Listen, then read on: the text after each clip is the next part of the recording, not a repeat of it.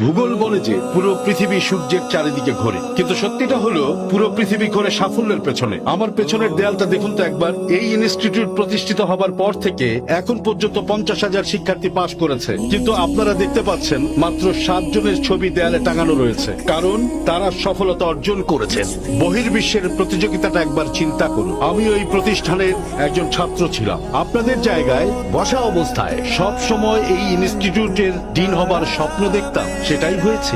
এই ইনস্টিটিউট আমাকে শিখিয়েছে কিভাবে সফল হতে হয়। এই হলরুমের অধিকাংশ শিক্ষার্থী ব্যর্থতাকে ভয় পায়। সবাই জানি কথায় আছে, ব্যর্থতায় হচ্ছে সফলতার প্রথম ধাপ। ওয়েল, যদি কারো কিছু বলার থাকে মঞ্চ উন্মুক্ত, প্লিজ চলে আসুন।